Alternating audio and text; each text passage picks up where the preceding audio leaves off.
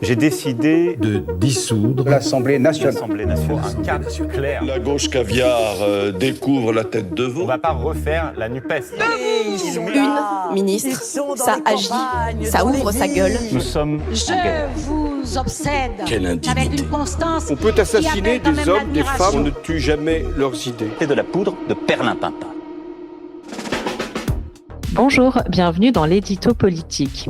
Séisme institutionnel au Royaume-Uni. Lundi 22 juin, Keir Starmer a annoncé sa démission du poste de Premier ministre, moins de 2 ans après la large victoire des travaillistes aux dernières législatives.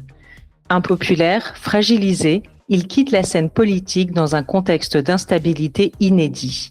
En 10 ans, le Royaume-Uni a connu 6 premiers ministres. Un contraste saisissant avec l'image de stabilité qui a longtemps fait la force du pays. Alors, Jean-Marie Colombani, comment est-ce qu'on peut expliquer cette chute aussi rapide de Keir Starmer ? Qu'est-ce qui l'a fait tomber, en fait ? Alors, avant d'en venir là, d'abord, le surnom de Keir Starmer, c'était Monsieur l'ennui, donc l'ennuyeux ou l'ennui, donc c'est dire dans quelle distance il était tombé par rapport aux Anglais. Mais vous avez raison de souligner que c'est quand même un phénomène assez extraordinaire parce que l'Angleterre, traditionnellement, c'est un modèle de stabilité et de gouvernement parfaitement réglé. Donc il y a un gouvernement qui gouverne, qui est critiqué par une opposition, qui prépare l'alternance, et lorsque les Anglais sont mécontents, cette alternance survient, et ainsi de suite. Et là, depuis une dizaine d'années maintenant, ce cycle est totalement interrompu. En effet, il y a une instabilité majeure. Pensez que après l'écrasante victoire des travaillistes aux élections législatives, qui était censée leur procurer au moins la tranquillité pendant tout un mandat, pendant toute une législature, c'est-à-dire au minimum 5 ans, qu'au bout de 2 ans seulement, le Premier ministre soit obligé de quitter son poste, c'est évidemment un signe d'une crise en Grande-Bretagne qui est inédite, et il faut la relier au fait qu'il y a une puissance qui monte en Grande-Bretagne et qui est aussi de nature à bouleverser complètement le paysage politique, et qui est l'extrême droite. L'extrême droite de Nigel Farage, qui est l'homme du Brexit, et qui aujourd'hui est presque en situation d'expulser le parti conservateur, en tout cas de le remplacer.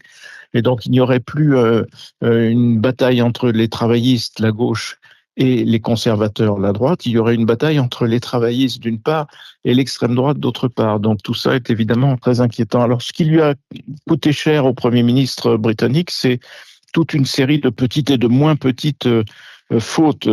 Il a commencé son mandat en mettant un terme aux aides au chauffage pour les personnes âgées. Ça concerne un peu de monde, mais ça a été très mal perçu, et ça a été tout de suite un objet de choc dans l'opinion britannique. Et puis il y a eu d'autre part aussi différentes réformes, et notamment une réforme des aides sociales aussi, globalement parlant, qui était censée rapporter beaucoup d'économies au gouvernement, et qui a été là encore aussi très mal perçue. Il y a eu des hausses d'impôts sur le dos des entreprises. Ces hausses d'impôts, Keir Starmer avait promis de ne pas en faire, il a été obligé d'en faire. Donc, et puis il y a aussi, en dehors de la révolte suscitée par la réforme des aides sociales, il y a eu aussi, en fin de course, si j'ose dire, le scandale Mandelson. Mandelson, c'était un ancien ministre de Tony Blair, qui était un ancien aussi ministre de Gordon Brown, et que Keir Starmer a toute force voulu nommer comme ambassadeur à Washington, et qui s'est révélé être une des personnalités les plus proches d'Epstein. Donc mêlé en cela au scandale Epstein. Tout ça s'est accumulé et a fait que Keir Starmer est devenu impopulaire. Dans le même temps, grandissait l'étoile du maire de Manchester, qui sera probablement appelé à lui succéder, le maire de Manchester qui est lui-même travailliste. Ça ressemble un petit peu à la querelle des frondeurs contre François Hollande. Au fond, Keir Starmer a eu ses frondeurs, dont la figure montante était en effet le maire de Manchester, et qui a finalement obtenu sa démission, et qui sera probablement le prochain Premier ministre.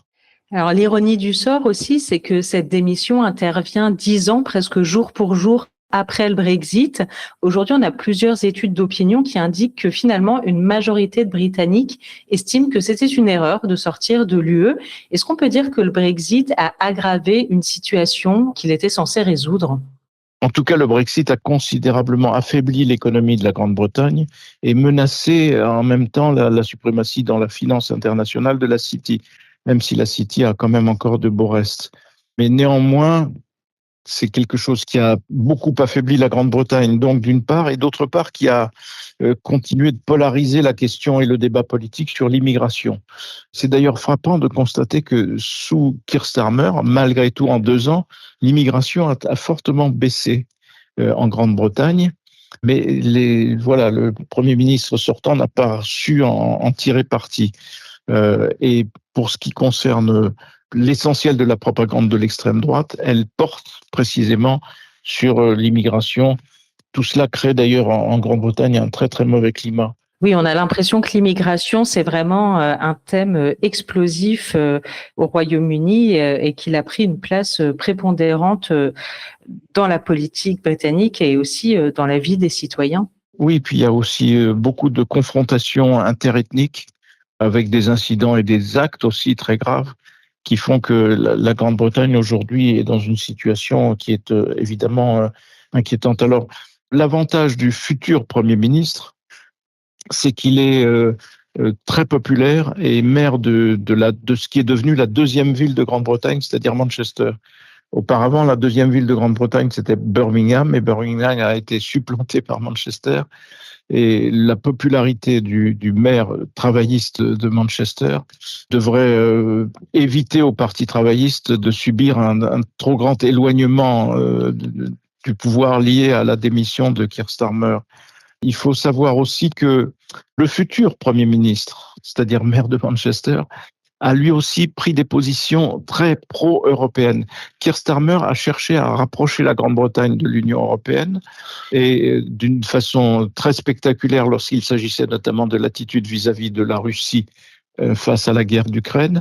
Et le futur Premier ministre a lui promis aussi de rapprocher plus vite encore la Grande-Bretagne de l'Union européenne. Mais il y a un petit doute là-dessus parce que la ville de Manchester, ce sont, en termes de popularité et d'économie, ce sont 2 grands clubs de football.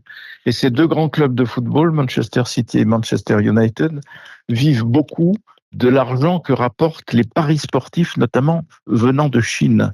Et donc, les supporters chinois, qui sont des milliers de ces 2 clubs, apportent beaucoup d'argent à Manchester. Et la crainte est que Burnham, le futur Premier ministre et maire de Manchester, donc, ne soit plus enclin à favoriser les liens de la Grande-Bretagne avec la Chine plutôt que de chercher à se rapprocher plus vite de l'Union européenne. Le football ou l'Union européenne, c'est notamment l'actualité britannique qu'on va suivre ces prochains jours. Merci beaucoup Jean-Marie Colombani pour cet édito politique. Merci Hélène. L'édito politique est un podcast de Slate.fr. Prise de son, montage et réalisation, Johanna Lalonde.